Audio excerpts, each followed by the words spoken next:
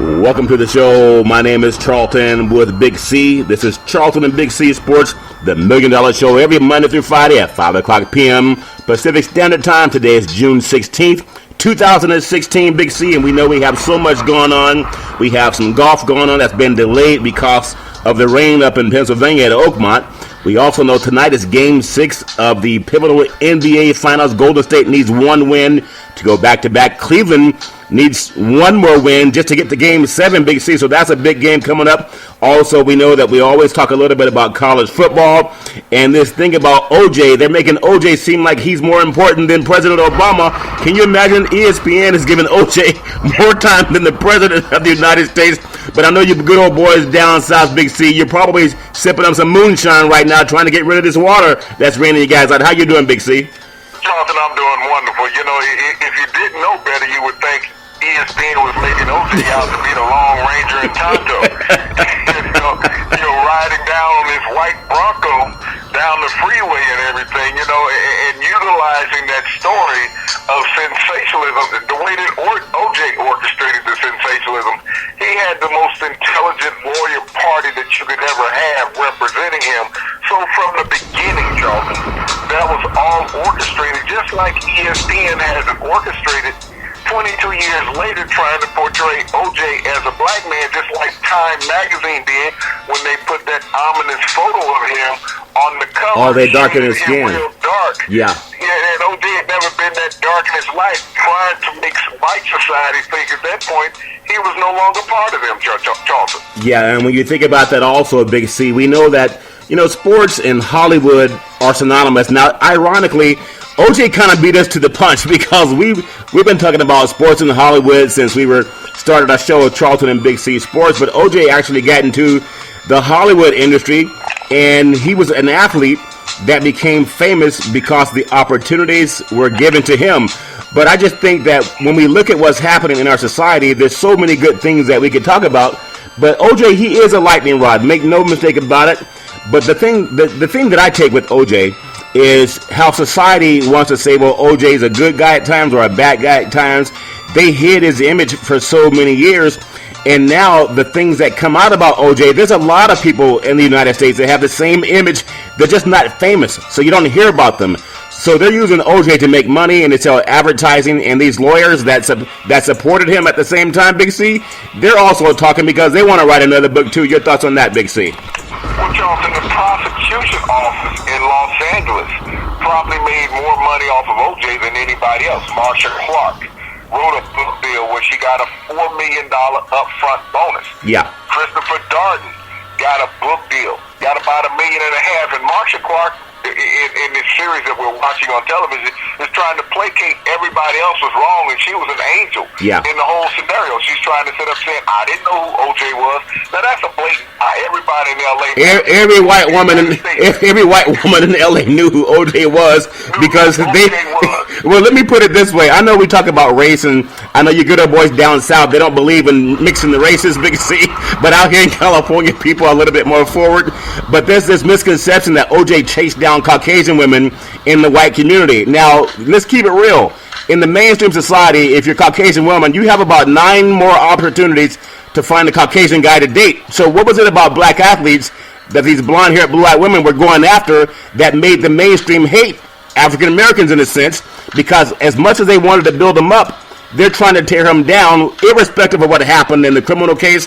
I just think they make it seem like O.J. is chasing white women, right? But he's not, because they have the chance to go outside of their doors in most lily white communities and date anybody they wanted to date it. So why did they choose the black guys? What was it about O.J. and Marcus Allen and a lot of athletes that this, since we're talking about race sometimes, let's just be honest. What is it about the black athlete that these blonde-haired, blue-eyed women want to go and chase after when they can stay within their own group? If you still believe in segregation. I don't believe in segregation, date who you want, but they always make it seem like the black guys chasing down the white girls, and that's not the case, Big C. Charlton, it always goes back to this great athletic physique and virile mystique that has always been portrayed about African-American men. And if you really know your history, even marijuana was banned in America using that racial banner of a black man, making him more virile and threatening to white women in society. Yeah. So there's always been that mystique. Is it true what they say about black men? I mean, you can go back to the movie Blazing Saddles. Oh, yeah. Was it Slim Pickens? No, it was Cleveland Little, and I'm trying to remember the actress's name, which will come to me in a bit. Okay. But Lily Von Stucci played the role, but she always played in Mel Brooks movies. Mel Brooks was funny. She always said, "Is it true what they say about black men? The light go out." Oh, it's true, it's true. But these are the mistakes that have carried out through history. But this thing about OJ, and when you look at how they did this, is that they orchestrated that whole car chase. Yeah. You're going to be found if you want to be found. You're going to tell me you can't disappear in a city of 15 million people? You got to drive your own car around down a freeway, waving a banner out the window. Yeah. You orchestrated it. And think about this. Any other black man in Los Angeles at that time, they would have put down the spikes on the road. Yeah. They would have shot out the tires.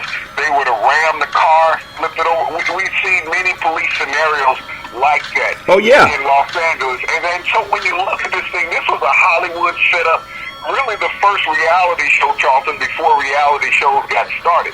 And the police were, allies in this whole thing. Gil Garcetti, the district attorney, Charlton, was very aware and even had a television camera in his face while this was going on. So everybody knew what they were doing. You're going to let an alleged wanted criminal driving up and down the street for several hours. Right. Would drive back home. Nobody blocked him off on any street. Right. That was abnormal for the actions of the police department in Los Angeles at that time, Charlton. You let him drive in his driveway.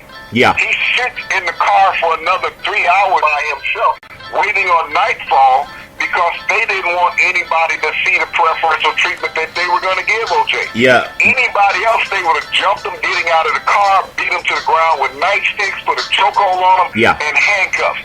We had all seen the Rodney King incident from about 2 years previous to that, Charlton. Yeah. They beat this man for about a half hour in the street. They took breaks and high fives saying, "Your turn." Look like wrestlers going into the ring, Charlton, beating this man within an inch of his life.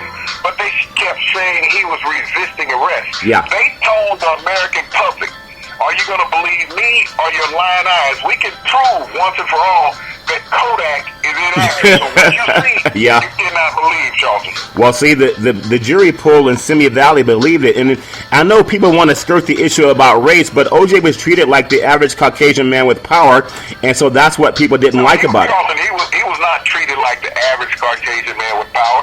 He was treated like the average rich man with power, okay? That's what OJ was looked at. He was looked as a rich crossover man in society. He didn't recognize himself as black.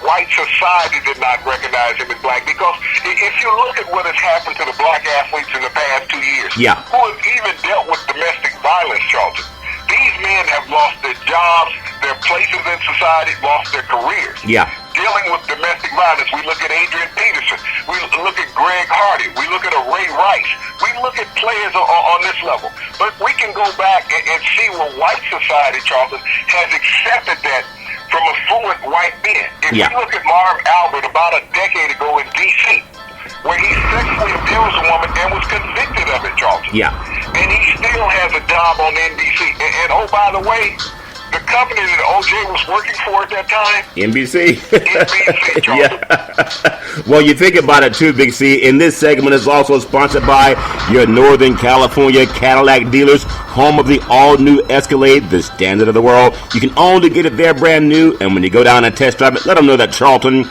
and Big C sent you. Now, another thing that I think about when I look at the O.J. Simpson story, it did deal with race. It dealt with crime. It dealt with violence. It dealt with favoritism. It dealt with money. And when I look at what happened, and you just brought it up, because a lot of guys talked about the same thing I'm going to bring up, this was all orchestrated because, as you mentioned, LAPD had a history of beating up black men. It was just like the treatment in the South. And I think Gates was the commissioner down there, and he was always kind of pro Ku Klux Klan in a sense when they went into some of the documentaries on him. he also made fun of how the fact that African Americans were complaining and they don't hold up well to the chokehold, but that's the best way to treat people. They were not putting people in Beverly Hills in the chokehold when they were caught drinking and driving the way they were trying to do with Rodney King and a lot of other black athletes, or black people, period. So what I want to bring up is this. You mentioned how the police department is to protect and serve, but this whole thing was so orchestrated because even if it was any other person, no way would they have made this TV thing where they let someone drive around for an hour after they found him and then sit in his car for an hour after he got home and then let him get out on his own terms, Big C. So that preferential treatment was not just because they were on TV. That's how it was orchestrated. That's just my cynical belief, Big C. And what makes me think it's right is because look at all the attorneys that have made money after the fact, whether he would have got off or not. They already had a plan to become wealthy by orchestrating this thing. And in fact, it did happen in Hollywood, Big C. Your thoughts on my cynicism? Well, Charlton, how many people do they bring in and a week later you have all this evidence on them that you finally go to say we're going to let you turn them in and you put on a media circus to arrest this individual, Charlton? You know, you got a press conference called, everything. Yeah. You got people ready to go Hollywood with this whole scenario. This was nothing normal from the start. Regardless of who knew what, who was involved in what, whether it was Mark Furman, whether it was OJ, whoever did whatever they did. You know, and you got to give the praise to the late, great Johnny Cochran for what he did, because he knew about the LAPD. Johnny Cochran, Charlton, in 1964, had the first televised trial in Los Angeles against a police officer. But race was such an issue in America that as a black attorney, Charlton, he could not even ask this white officer who had committed murder any questions. He had to use a white attorney as an interpreter to ask the questions that Mr. Cochran wanted to ask. Now, this white officer, Charlton, pulled over an African-American couple on the way to the hospital, wife and labor. The officer leans over into the car, grabs the husband, and shoots him in front of the wife. Kills him, Charlton. This is what Johnny Cochran had to deal with his entire career. So Johnny Cochran was well versed in the Los Angeles Police Department, inaccurate actions that they constantly portrayed and did. And so when he did what he did on television, he appealed to the African-American mind and community. He didn't care about white society, nor did white society care about him. Because when you look at all the television pictures of the crowds at the time of the verdict, Charlton, they were either all white or they were all black. Now, all these white women were sitting, it wasn't white men, it was white women sitting up with glee in their eyes. They couldn't believe that he was found innocent. And they were appalled at the scenario. And shows such as Oprah, who had an all-white audience, you know, doing the same thing. But it was about the justice system. How many African Americans are in jail because they did not get a trial by their peers? OJ needed his peers when he was on trial, but that was it. And see, and that's so true, Big C, because in the sports business, and you brought up some things that are very touching, because I believe it, in my naivety, I believe that sports will bridge our society closer faster than politics, because politics is always divisive. And the only way it bridges our society, Charlton, is that you step on the carcasses and souls of black people because you can get them cheap. Well, that's not bridging, Charlton. That's exploitation, whether it's in college, whether it's in professional ball, Charlton. Because when you look at the absorptive salaries of a white player in the NFL, Brock Osweiler, we've talked about him. Guy ain't played at all in his career, gets $75 million. We saw that with Mike Flynn 4 years ago in Seattle. Had never played, got $15 million. Look at the $100 million quarterbacks, Charlton, in the NFL. How many of them are black? But how many black quarterbacks have been to the Super Bowl that have been prominent starters in the NFL? Majority, they've had 6 prominent black starters go to Super Bowls, Charlton. 6 of the 50 Super Bowls. And you have not had 20 black starters in the NFL, Charlton. So the percentage and the success ratio of an African-American quarterback being cerebral in the NFL is way greater than the opportunity that a white quarterback can present to you. Well, see, and I understand that, Big Speed, but my point is when you look at the society, because we're no longer in segregation, and it should never come back. Not in segregation, Charlton. Come on, you witnessed this. Well, legally. That is nothing but segregation. Legal? Hell, what is legal, Charlton? Legal is only what you say is legal. It's an unwritten rule, just like with police officers. There's unwritten rules. You saw the stuff with Mark Furman. He hated niggas as he shit. They were a ruthless society, and he wanted to eliminate as many as he could. Well, I understand that. However, if you're going to have a society where people actually interact, the sports industry, better than mainstream, can bridge it together. And that's when I just looked at what Ali did with Muhammad Ali. We just had his celebration just last week. Love the man, will always love the man, Charlton. But when we talk about race in society, who is talked about in more of a negative light in America than anybody in American history? The first black president, Charlton. Yeah. Race is prominent every day, and who broadcasts? The networks, Charlton. They're the ones putting it on the airways. The people hating, half of America hating. But who is constantly broadcasting the hate? The networks, ABC, NBC, CBS, CNN, Fox. They're constantly talking about the hate of a president. If they'd have said that about Reagan, you'd have had people locked up constantly, Charlton. Okay, but I understand that too, Big C, but that's part of being in America. You have the right to dislike people. I still believe that sports is the bastion of hope for people. And the reason I say that is because it brings people together, whether you're a fan or a teammate. It's unlike corporate America, where you'll have about 90% of the workforce maybe Caucasian, and then the ones in power, there's about 95% Caucasian male. At least in the athletic playing field, it presents a paradigm for people to follow. And that paradigm is give people equal opportunity. And I think we have to touch on it because it's so real. And when we talk about how OJ made in America and all that jazz, to me, in a sense, that's where ESPN is getting it wrong. Because we could watch another Roots, we could watch another Made in America, we could watch the Holocaust, we could watch all that garbage.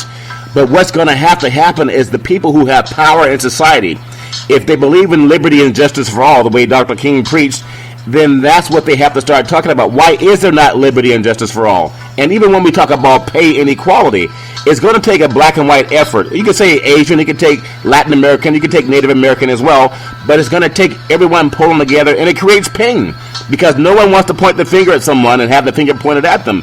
But I just want your thoughts on this, Big C, because you worked in corporate America. You've also worked as an athlete, and as we watch these TV programs and they're trying to act like OJ is getting more coverage than the presidential debates coming up, I just think that's egregious because I think ESPN, and I'm just one person, I think they should put more time into talking about how, if you look at the Black Panthers, they were ostracized by society because they were pro-black. But they did more to create social programs for inner city kids than even Nike, which is in every inner city community, trying to get the next black kid to become an athlete and wear their product, Big C. They help set up school programs to help kids that were in poverty. You don't hear about that on ESPN, but you hear more about just wear Nike, just do it. Does that make any sense at all, Big C? Well, Charlton, they were ostracized by white society. They were eliminated by the federal government and the FBI, okay? That's what happened to the Black Panthers. Black Panthers set up Head Start programs in America. They did not exist. But they were not just privy to black children. They were privy to all inner city children. Yeah, black and white, yeah. They set up the early start program for the breakfast programs in the morning in the school, the free breakfast and the free lunch. This is what the Black Panthers did. This is how influential black society was doing, Charlton. But white society couldn't accept that because these were programs that were set up by black society being once again in the forefront of American thought. And so the only way to stop that was to eliminate the organization, which the FBI took all its efforts and did. If we kill enough of them, the rest will automatically quit. Yeah. And that's what happened. It's not talked about. So if you want to talk about made in America, talk about how the Black Panthers benefited America. And O.J. Simpson was around during that time, Charlton. Ironically, he grew up in the Bay Area where the Black Panthers got their start. Harry Edwards is very versed in the Black Panthers, Charlton. Yeah. But when you talk about black society, black doing their part, we had it on the East Coast, we had it on the West Coast, we had it in the Deep South, Charlton. These are not the things that the network wants you to know. You know, when I was talking about President Obama a minute ago, how much he is blasphemy in the media. Yeah. Think about how they treated Donald Trump for blasting a judge, a sitting judge. Yeah. They're talking about, they give him more credence for blasting a sitting judge, and then John McCain came out today and said it was Obama's fault for what happened in Orlando. Yeah, that's crazy. This was a guy that Don, here it is, he's praised his man. He ran against him as president. Yeah.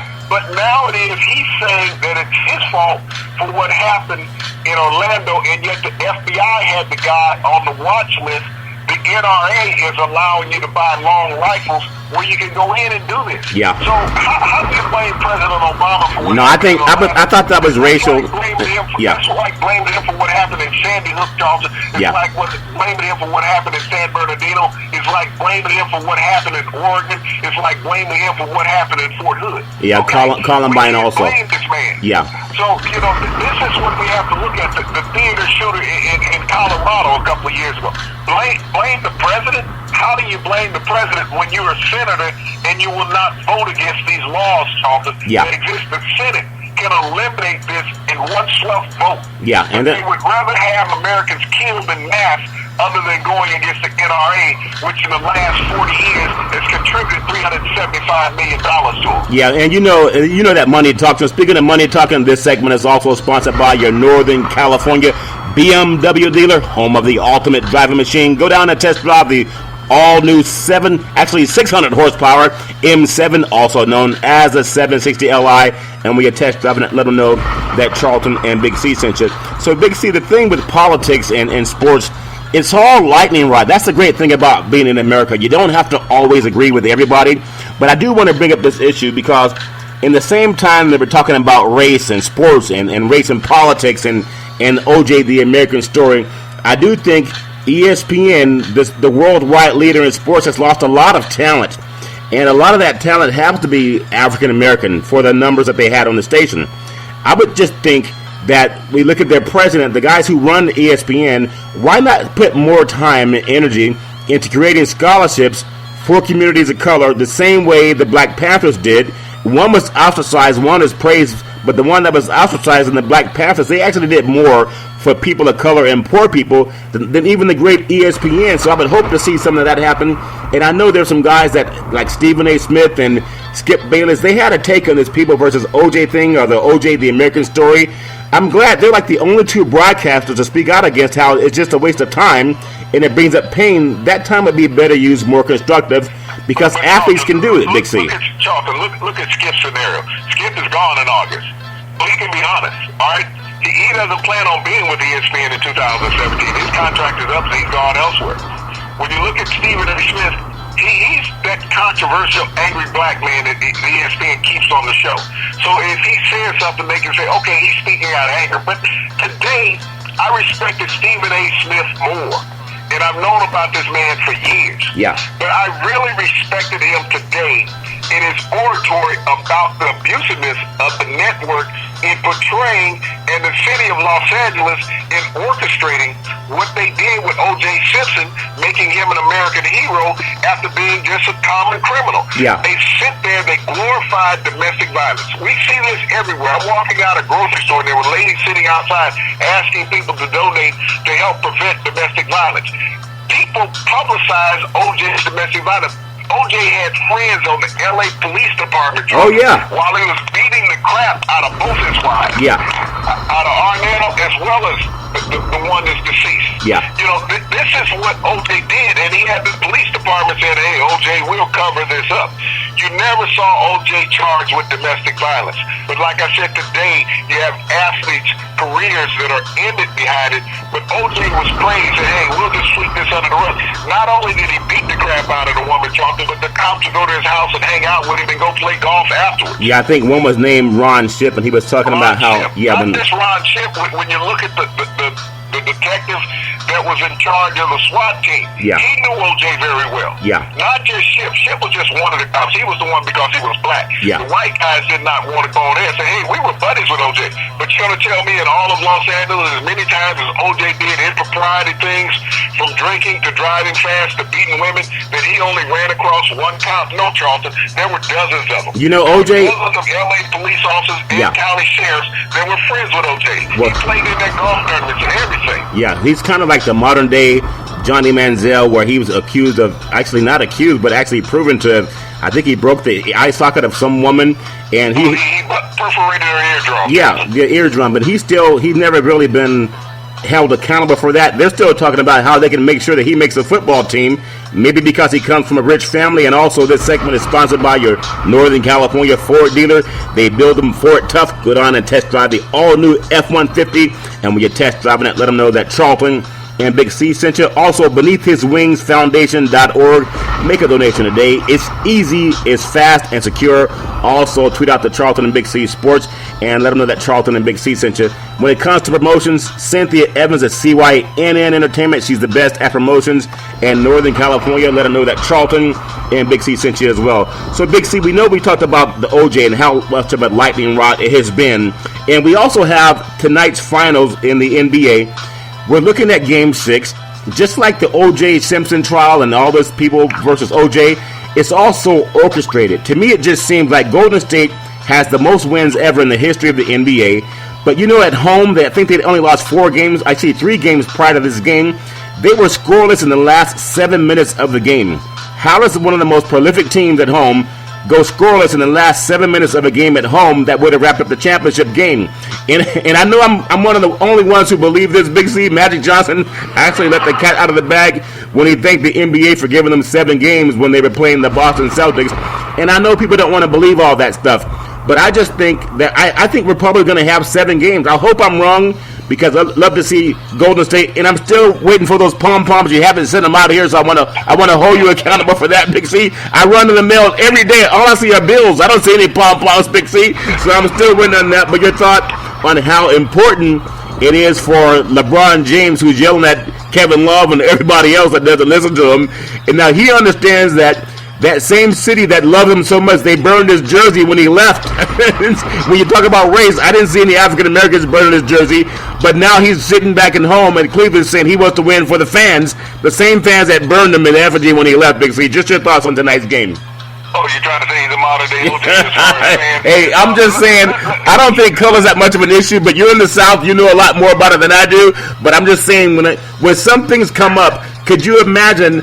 I don't see athletes burning the jerseys of teams when they leave, or the owners, but here's one guy, and I think Cleveland's pretty much a blue-collar city, but whenever they showed someone burning his jersey, they were not African Americans burning the jersey. They were people who looked like the mainstream society. But I know people don't talk about that. I just imagine if they were African American boys burning it, if they would have been a whole different issue, Big C. Well, you know, Charlton, you're being honest about that. In the forefront of American society, we don't see African Americans burning athletic, memorabilia. We work too hard for our money and cherish the product that we have. I cherish every jersey that I had, and I played with 4 professional teams, Charlton, and I cherish all that memorabilia. But when we look at this game, the thing that should be done before this game, in the pregame show, Charlton, is that all the officials should be strapped down to a polygraph test, okay?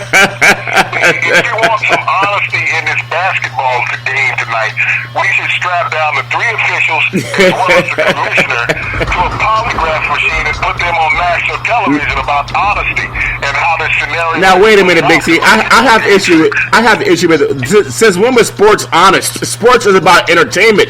Isn't it called the the entertainment industry?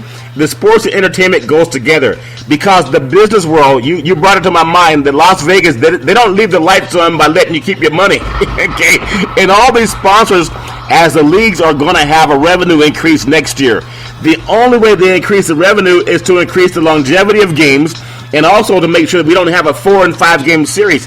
They have to go 7 games to get more advertisers from Madison Avenue investing in the NBA's products, Big C.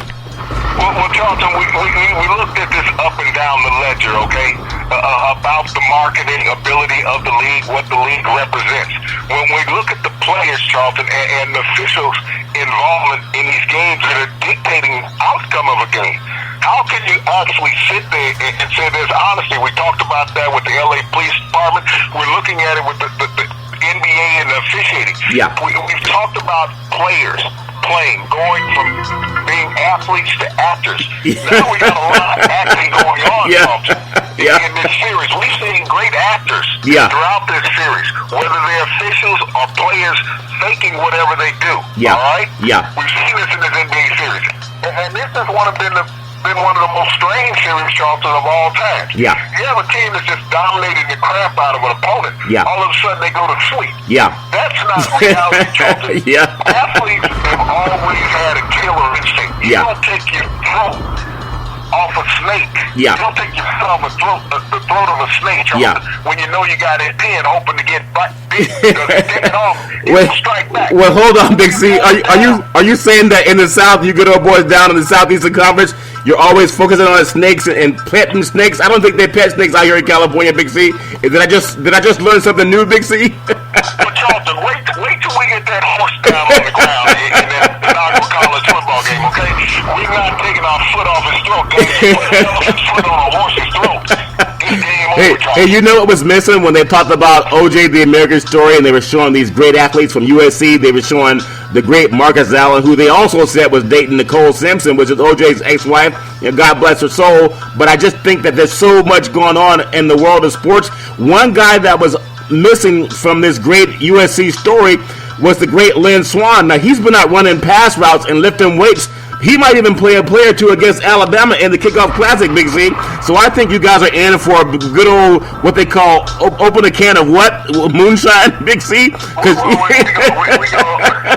USC returns their whole offensive line, and these guys are big and strong, Big C. What we do in the South, Charlton, take you outside behind the shed and whip it on you. Okay. That's what we're going to do. We'll take you out behind the shed. Everybody knows that. Well, you can't see it. You might hear it. Yeah, it's like gas. You can't really see it, but you can smell it, Big C. And speaking of good things that you can smell, United Labor Insurance is guaranteed $100,000 life insurance, no medical question asked. Also, Goosehead PNC, the leaders in property and casualty. We beat about 99% of the competition when it comes to a quote. Also, I'm a broker with One Life America. We're the leaders when it comes to final expense. Big C, in the last few minutes of the show, I know we have a lot of baseball going on, and we have the Chicago Cubs. They're playing great. Also, the San Francisco Giants are playing great baseball. We'll get more into that once the NBA is wrapped up on Sunday night, is my thoughts, Big C. I hope I'm wrong, but I think we're going to Game 7. And also, I just want to get your opinion on if Golden State wins tonight, what would be the reason? Also, if Cleveland wins tonight, Big C, your thoughts on what is going to take both sides, Big C. Well, what I look at Golden State winning tonight, Charlton, is that they got small ball going. You got a lot of guys running up and down the court at a rapid pace. And I think that's the key to Golden State having a victory tonight. Cleveland is going to have to slow the game down. That's what they're going to have to do. I don't think the officials will be calling the fouls tonight once again in favor of Golden State. But I see them on that rapid toward pace. And, you know, that's the key for them. Cleveland, you know, you got 81, 82 points last time. LeBron James and Kyrie. I don't see that in back-to-back games, Charlton. That was just one of those rare air nights where they had everything falling in their favor. I think they will both press the issue tonight, Charlton. And by them pressing the issue, it's going to take down their shooting percentage. But, you know, as this NBA Finals is getting ready to come to a conclusion within the next 3 days, Charlton, I still want to go back once again and praise the great Muhammad Ali. Yeah. You know, he passed away and was laid to rest last week, and now he's forgotten by all of the network, Charlton, but we cannot forget a man of his greatness, his homage, and everything that he provided and cared about for the world and society, Charlton. He gave more than what he took. Yeah. And that's how you should be in this world, is that you give more than what you take from society, and he was the leader in that, Charlton. Well, speaking of being the leader, I think maybe ESPN could take a page from Fox Sports, because a lot of people are jumping across the country. Big C, Fox Sports is located in Los Angeles. ESPN's up in Bristol, but I think a lot more people are coming out here because they get to talk real, Big C, just like Charlton and Big C Sports, and we do it every Monday through Friday at 5 o'clock p.m. Pacific Standard Time, worldwide on Charlton and Big C Sports. Bienvenidos to all of our listeners in Latin America. We thank you, we appreciate you, and we hope you have a super fantastic day.